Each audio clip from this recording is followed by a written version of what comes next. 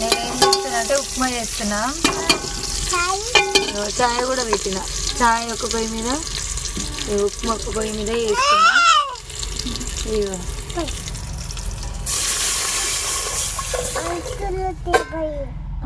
ఉల్లిగడ్డలు కొంచెం మాడినాయని కామెంట్ పెట్టొద్దు, ఎందుకంటే మా తమ్మునికి ఇట్లా మాడిపోతేనే ఇష్టం అనమాట.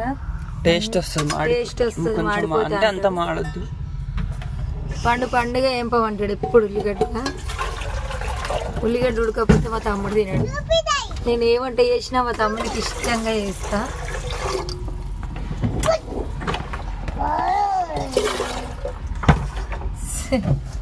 కరివేపాకు మా చెట్టుది. నేనైతే ఉప్మా చేస్తున్నా ఈరోజు. మా